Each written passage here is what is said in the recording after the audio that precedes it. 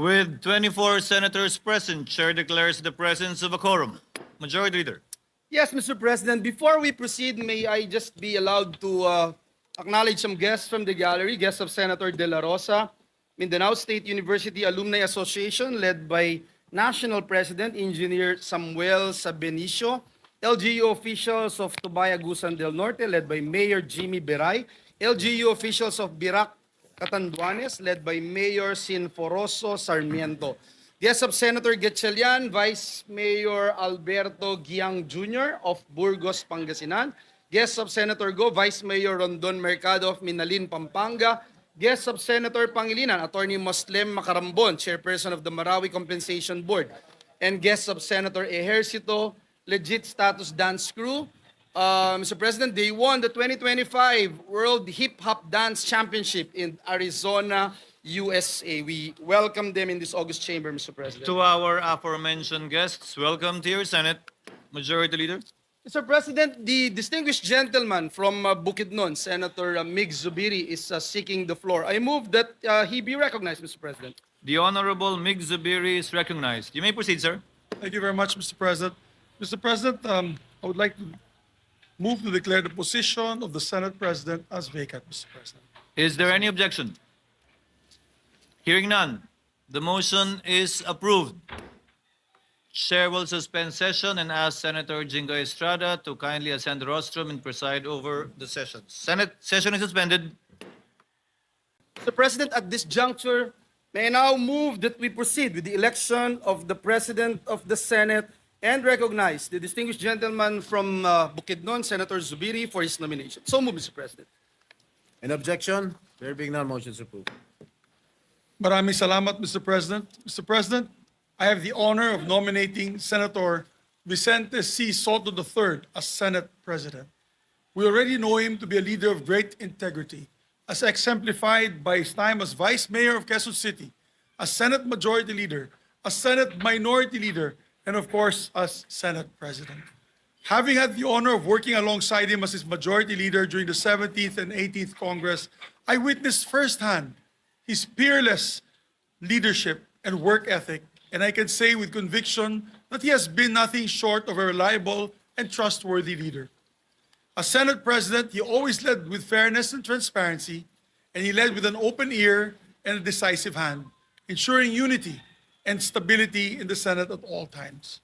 Most importantly, he was a traditionalist in the very best sense of the word, consistently upholding the rules and traditions that protected the integrity of the Senate as the nation's last bastion of democracy. With Senator Sotto as Senate President, the Senate is in good hands. Maraming salamat po, Your Honors. Thank you, Senator Zubiri, Majority Leader. Yes, Mr. President, there are no other nominations. Mr. President, I therefore move that we close the period of nomination. So move, Mr. Any President. objection? There being none, motion is hereby approved.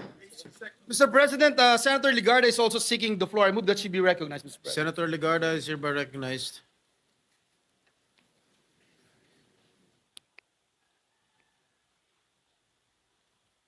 Thank you, Mr. President. Distinguished colleagues, the Filipino people have always looked to the Senate as a pillar of our democracy.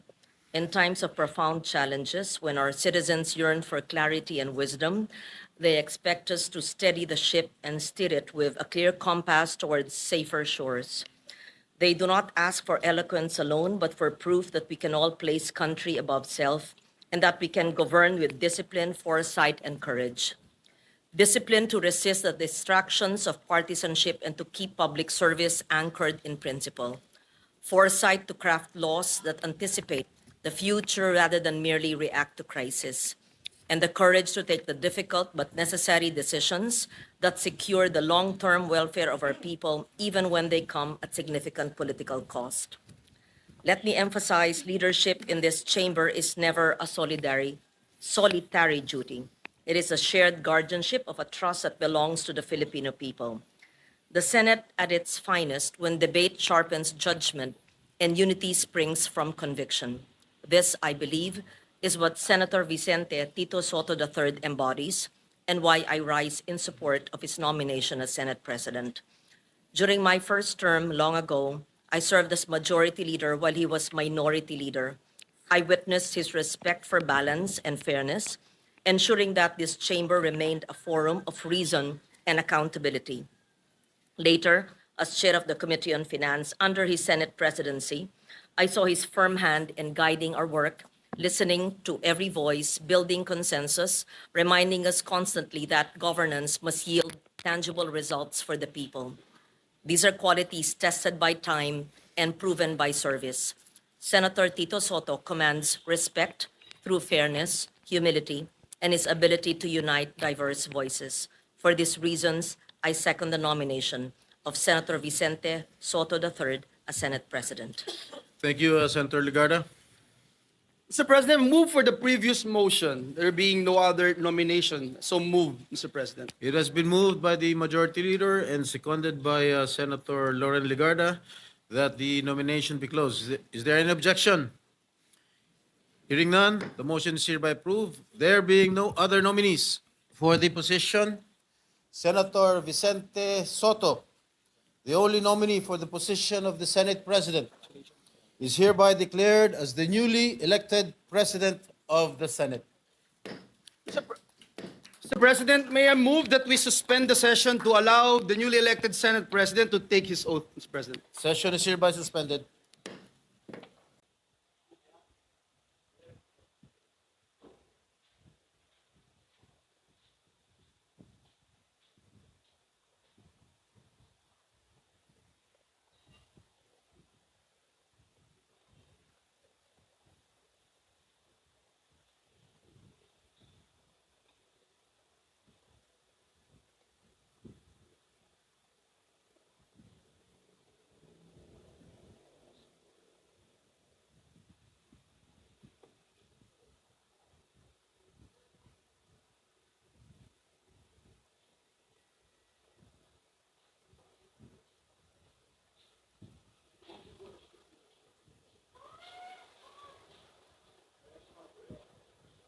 May we proceed with the oath taking of the newly elected Senate President, Mr. President. Please raise your right hand and repeat after me. I, please state your name. I, Vicente C. Sotto III, Having been elected to the position of Senate President, having been elected to the position of Senate President, do hereby solemnly swear do hereby solemnly swear that I will well and faithfully discharge, that I will well and faithfully discharge, to the best of my ability, to the best of my ability, the duties of my present position the duties of my present position, and of all others I may hereafter hold and of all others I may hereafter hold under the Republic of the Philippines. under the Republic of the Philippines, That I will support and defend the Constitution of the Philippines. that I will support and defend the Constitution of the Philippines, That I will obey the laws, that I will obey the laws, legal orders, legal orders, and decrees promulgated by the duly constituted authorities, and decrees promulgated by the duly constituted authorities, and maintain true faith and allegiance and maintain true faith and allegiance to the Republic of the to Philippines. the Republic of the Philippines, And that I impose this obligation upon myself voluntarily, and that I impose this obligation upon myself voluntarily, without mental reservation without mental reservation or purpose of evasion. or purpose of evasion. So help me God. So help me God. Congratulations, citizen. Thank you, sir.